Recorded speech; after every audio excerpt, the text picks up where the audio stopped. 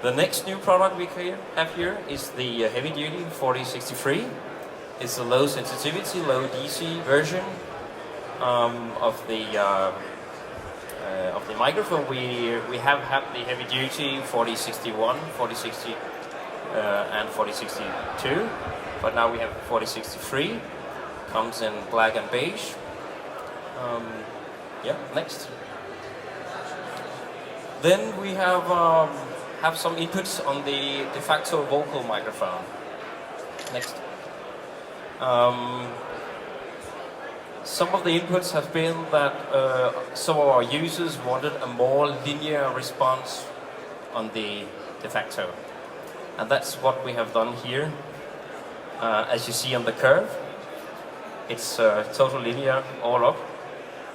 And the thing is that when you do linear on-axis, you will also have a much more linear off-axis response.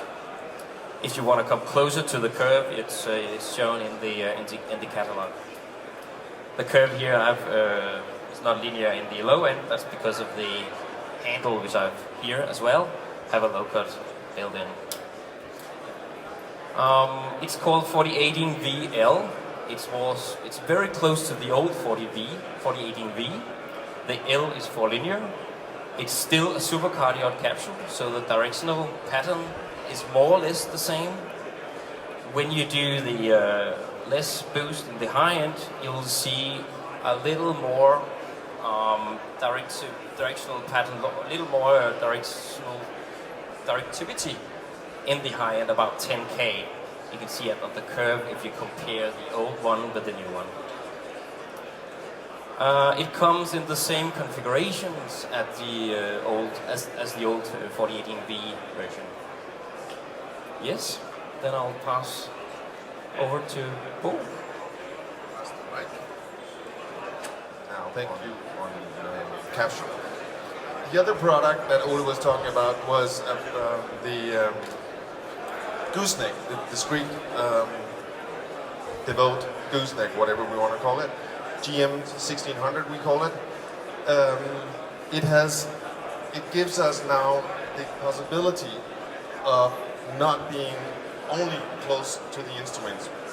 Previously, when we wanted to mic up an acoustic guitar or a violin or whatever, the only way we could do it was placing the microphone on the instrument, either with adhesives or with magnets or whatever. It's on the instrument at all times.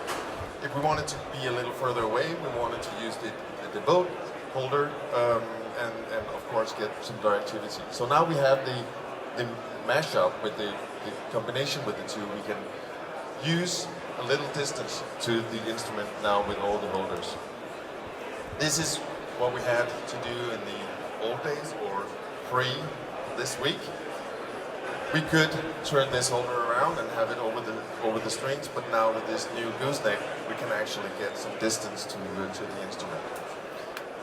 I had the pleasure last week to do a drum recording in the studio in Denmark, and we placed two of these goosenecks in the drum kit at these two positions. The feature here was that the microphones have equal sensitivity, so it was just a matter of setting up these two microphones, gain them equally, and then place them correctly in the drum kit. Before these holders, the only positions I had to work with was either on the hi-hat stand or on the crash stand, and neither of them were really ideal. The other position was on the floor tom, and that was too close to the floor tom to get that whole picture. Now I can place them in between, in this triangle here between the hi-hat, rag tom, and the snare drum, and I can adjust the microphones very precise, so I still have the snare drum dead center in my mix. The hi-hat side turned out to be somewhere closer to the crash cymbal, and the rag tom side was actually over, not the rag tom, the floor tom was actually a little over the floor tom. But the mix is fantastic.